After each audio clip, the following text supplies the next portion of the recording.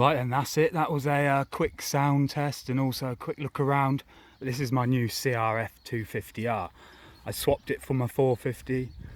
Got an exhaust, I've got spare wheels, which because I've got these SM Pro Platinums.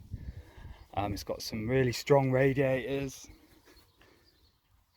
guards, sorry. It's got all these red hubs. But yeah, I got rid of the 450 and this is what I've ended up with. I've not got long. I've got an enduro event on the weekend, which is for this. Sorry, I've got an enduro event on the weekend and I'm going to use this bike. It's going to be the first time I use it.